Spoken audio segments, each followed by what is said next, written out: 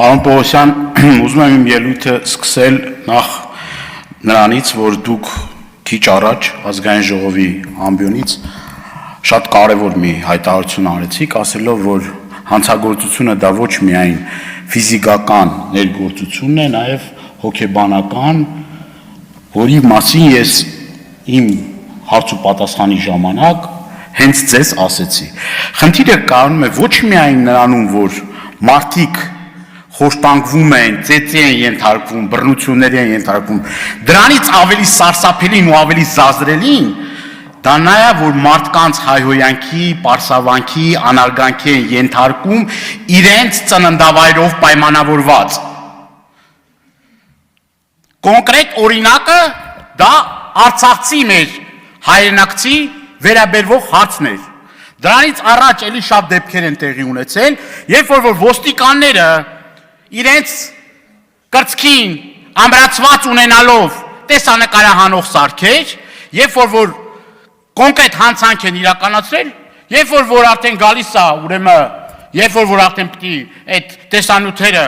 քննության առարկա դառնան, մի հրաշքով պարզվում է, որ ոչ ոստիկանական բաժանմունքում է փաստորեն այդ տեսախցիկներն աշխատում,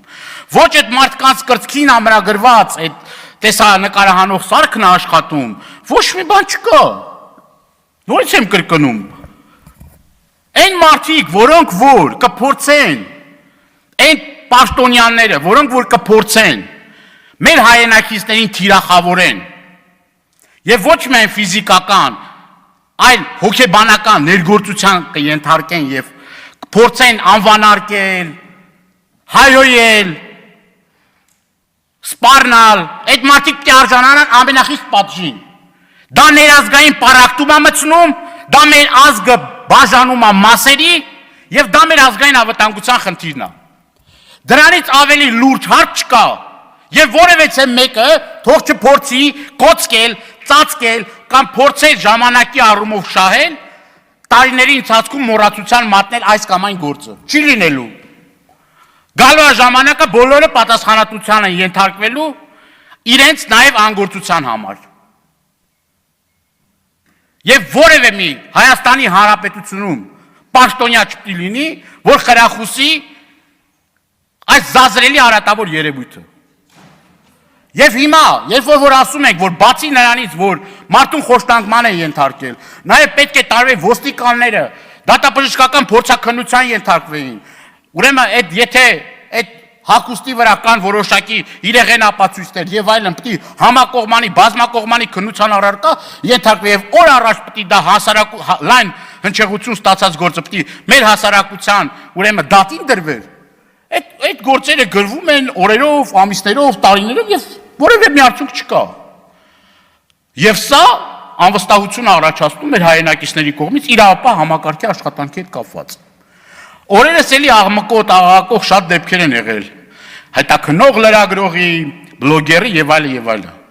Անկախ նրանից ում եք սիրում, ում չեք սիրում, ով է ձեր սրտով, ով չի ձեր սրտով, դա 100-րդական հարց է։ Ես ուզում եմ շնորհակալություն հայտնել Տիկին Բաթոյանին, որ հենց առաջին ինքն արձագանքեց դրան։ Եվ սա կարևոր է, որ իշխանությունը արձագանքի, ասի եւ նաեւ այստեղ նստած քաղաքացիական պայմանագիր կուսակցության падգամավորները, դուք ոչ թե պետք է աչք փակեք, խոսեք միմիայն ձեր գործընկերների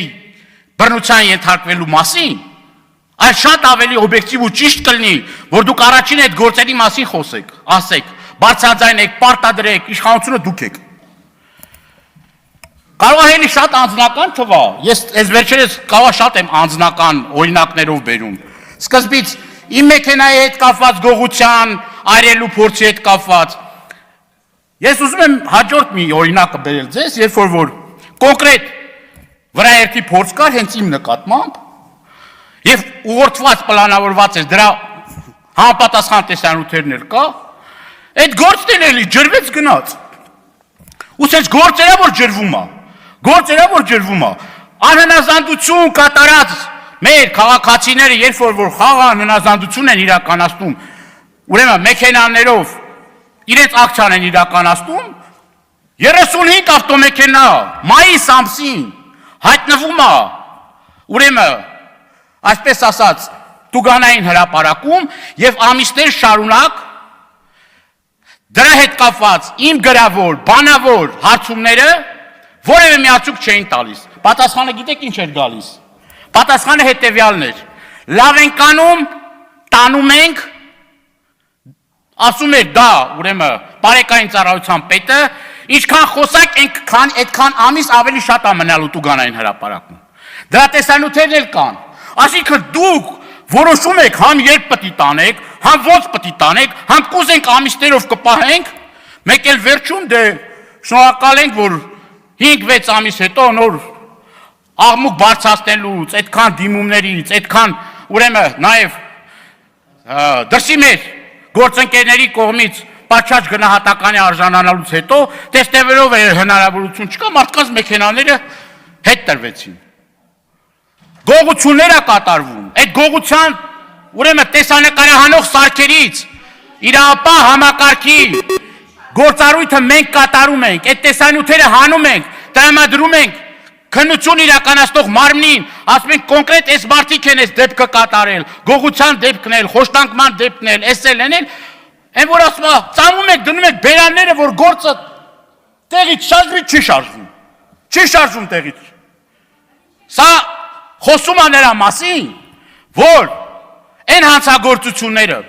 որոնք որ պատշաճ գնահատականի չեն արժանանում, այն հանցագործությունները, որոնք որ մնում են անպատիժ, ծնում է նոր հանցագործություններ, և դրա համար է, որ հանցագործությունների թիվը Հայաստանի Հանրապետությունում շեշտակի աճել է։ Հիմա էլ ասում են, դե գիտեք ինչ կա, մեզ չեն դիմում, ինչի պետք է դիմեն, եթե 4-5 անգամ իրապահ համակարգին դիմում են, գողության համար, խոշտանկման համար, վրաերթի համար, նրա համար, գործը տեղից չի շարժվում, այնից չի պետք է դիմեն։ Էլով պետք է դիմի, ավելորդ ժամանակ ունի կամ նյարդեր ունի, ընկնի ստենդե, ապացույցները հավաքի, բերի, սեղանին դնի, այս անի, մի հատ գործը տեղից չշարժվի։ Էսա ձեր կառուցած իրապահ համակարգը, որով որ դուք հպարտանում եք, ուրախանում եք, ցնցվում եք, բայց ես դե ուրախանալու, ցնցվելու առիթը չեմ տեսնում։ Քաղաքական որոշումներով պայմանավորված որոշումներ են կայացվում, ծայրից ծայր։ Եվ դրա պատասխանատվությունը կրում է գործող իշխանությունը։ Եվ դրա համար է, որ այսօր մենք հայտնվել ենք մի իրավիճակում, երբ որ կրիմինալը վխտում է, երբ որ ամեն պատժեստում, ամեն մի բակում ռազմորկանները վերջանում են դանակահարությամբ, երբ որ ամեն մի այգում զակլատկանները եւ թմրամիջոցի շրջանառությունը հասել է այն երևակայելի մի աշճանի, երբ որ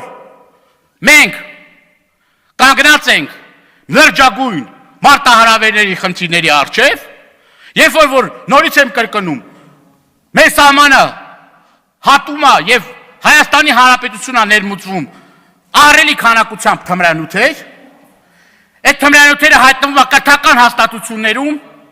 մատաղ սերունդը նստած է թմրանյութերի վրա, եւ սա չի արժանանում պատշաճ, նորից եմ կրկնում, գնահատականի, բայց ձեր գործը ո՞րն է, պարոնայք, ձեր գործն է, որ մի քանի ընդդիմադիր ճարեք, քրեական գործերը վրեն կարեք եւ ասեք, որ մենք գործ ենք անում։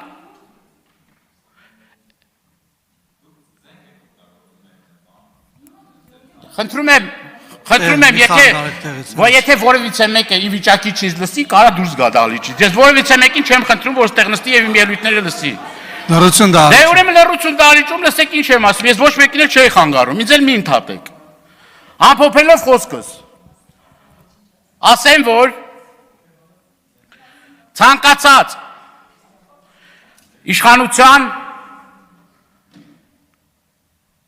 պարագայում այդ ժամանակվա տեղի ունեցող երևույթները, եթե անգամ ձեր իշխանության ժամանակ պատշաճ գնահատականի չարժանանա, հաջորդ իշխանությունների ժամանակ ցանկացած գործ մանրակրկտորեն ուսումնասիրվելու է եւ տալու է պատշաճ գնահատական։ Ես նաեւ քանի որ իմ ժամանակը մի քիչ խլվեց, ես մի քանի վարկյան դեռ ունեմ, խնդրում եմ նաև մի քիչ էլ ավելացնեք։ Ես ուզում եմ նաև ձեր ուշադրությունը հրավիրել ոստիկանների կողմից պատգամավորներին թիրախավորելու եւ ոստիկանին ոչ վայել վարքագծի հետ կապված։ Էլի ուղիղ եթերում ոստիկանները, ոչ բոլորը, կամ շատ պատվելի հարգելի ոստիկաններ, որոնք որ իրենց չափը գիտեն, եւ կամ ոստիկաններ, որոնց պետք է իրանց տեղը ցույց տաս, թե ում հետ ոնց կարելի է խոսել։ Եվ ինչպես պետք է դիմել եւ ինչպես պետք է վերաբերվել պատգամավորներին, առաջնային մանդատով օժտված մարդկանց։ Ավարտը խնդրեմ։ Ավարտած։ Հաջորդ ելույթի համար Հիփսիմե Հունանյան համեցեք։